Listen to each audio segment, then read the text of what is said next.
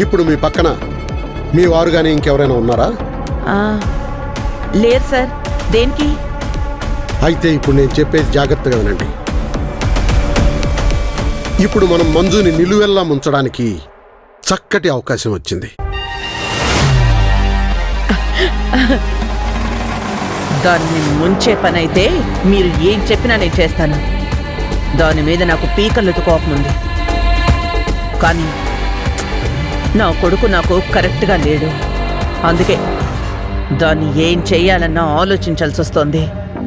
అసలు ఏమీ చేయలేకపోతున్నాను. ఆ ప్లాన్ ఏదో వెంటనే అమలయ్యేలా చేయండి సార్. ఇప్పుడు ఆ సిఐ దెబ్బలు తగిలి హాస్పిటల్లో పడున్నాడు. మీ కోడలు ఆ సిఐకి సంబంధించిన 3 ఫైల్స్ తీసుకుని మీ ఇంటికి వస్తుంది.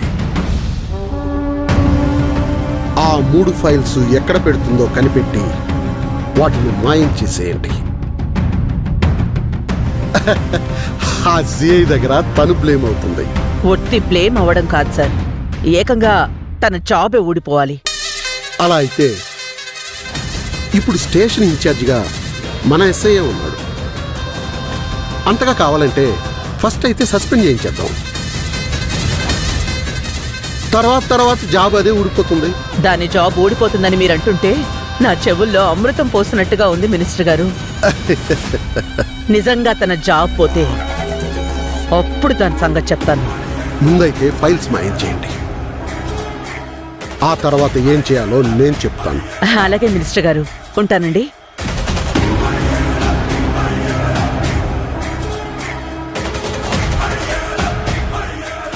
మంజు, ఇక నుంచి ఈ మణం అంటే ఏంటో చూపిస్తాను.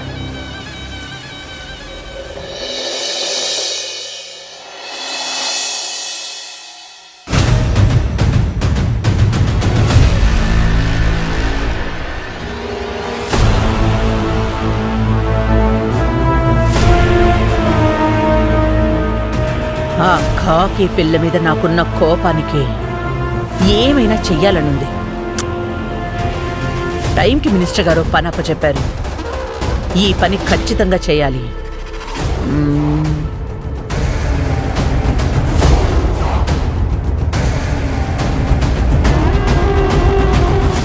మినిస్టర్ గారు చెప్పిన 3 ఫైళ్లు ఇవే అనుకుంటా. వీటిని మినిస్టర్ గారు చెప్పినట్టు చేయాలి.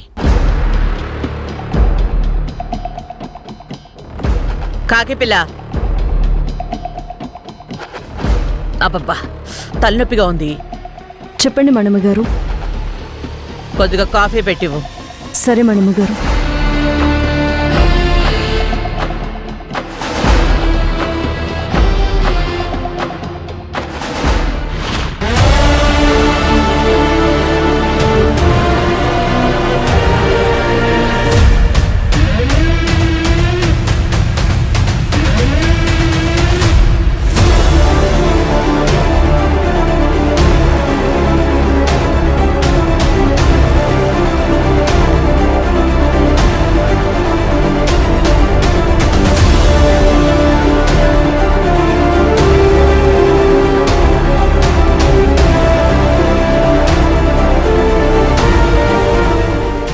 ఇదే సరైన సమయం.